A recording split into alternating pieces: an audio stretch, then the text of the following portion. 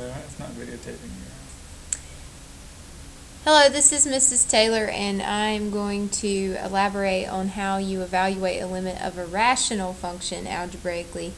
And so far, what we've done is we have evaluated using substitution, which is basically what we're still going to continue doing, except we are going to look at cases where when you use direct substitution initially, you get 0 as a denominator, which means it's undefined.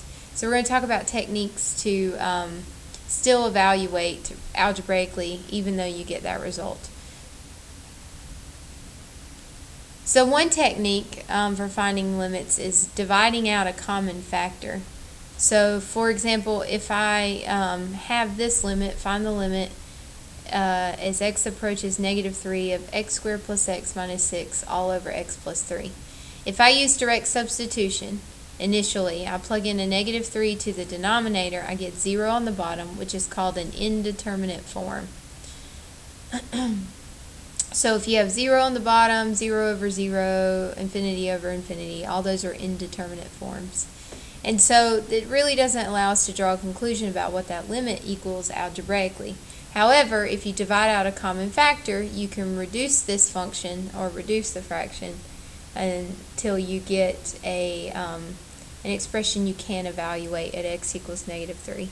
So if I factor the numerator, I get x plus 3 and x minus 2.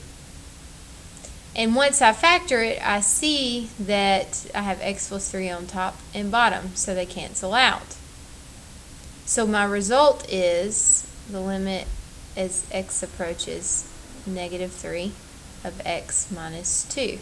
And when I use direct substitution here, I get an actual number, not an indeterminate form.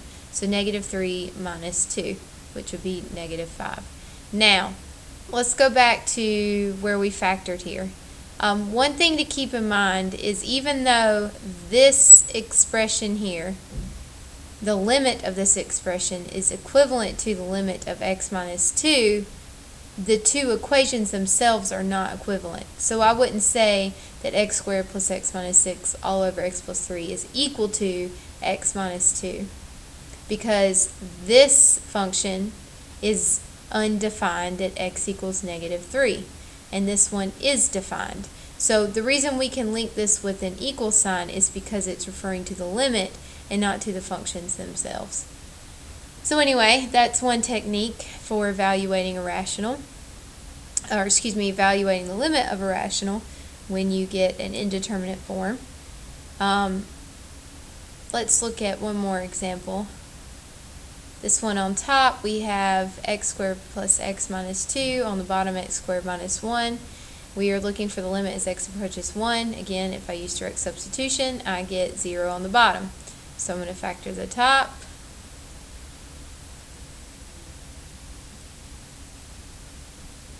Factor the bottom. Hopefully you know your difference of squares. And then once I factor both the numerator and the denominator, my x minus 1 factors cancel.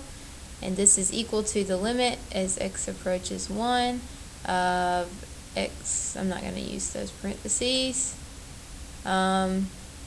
x plus 2 over x plus 1. So now if I use direct substitution, I get an actual value, 3 over 2.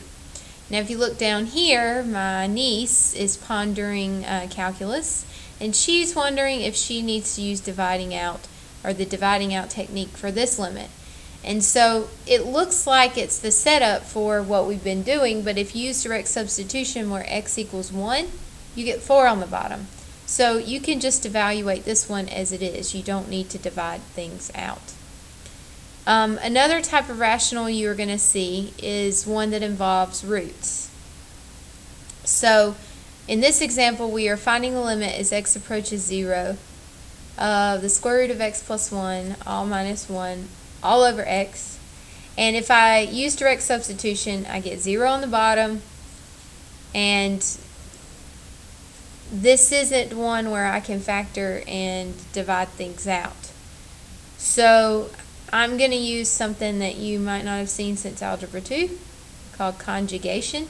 So remember, the conjugate of this numerator would be basically the same thing except the opposite operation. So instead of subtracting, I would be adding.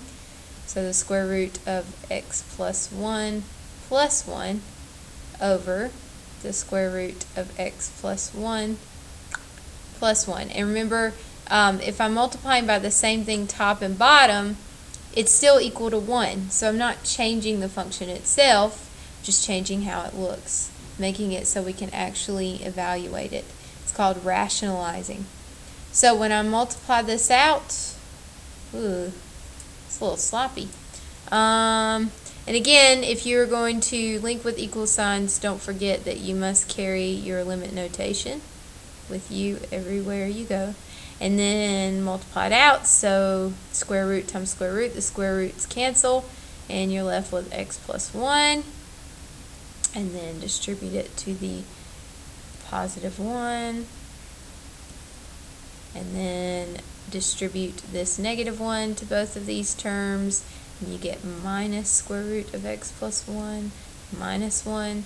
So what you should see is that these two radicals cancel. And then on the bottom, let's just write it out. Instead of distributing, let's just write it out as it is. So x times x plus 1, or excuse me, x times the square root of x plus 1 plus 1. And the reason I say leave it written out is because you may miss that things cancel if you distribute it. So let's clean it up a little bit. So up at the top we have these two roots canceling. I have a plus 1 and a minus 1 canceling. So I'm left with x on top, and then x times the square root of x plus 1. Oh, this is so messy. Plus 1. And see, if I had distributed this x in the denominator, I would have missed the fact that I have an x on top and bottom, and they can cancel because this x in the denominator would be distributed to both terms. It's being multiplied times all of this, so it can cancel out. Forgot my 0. And then from there, I'd be left with just 1 on top. So I have the limit as, oh, that m is ugly, as x approaches 0 of 1 over the square root of x plus 1 plus 1. And then when I plug 0 in this time, I actually get a number instead of an indeterminate form. So plugging in 0 here would give me the square root of 1, which is 1. 1 plus 1 is 2. So the final answer is 1/2. That would be how you rationalize.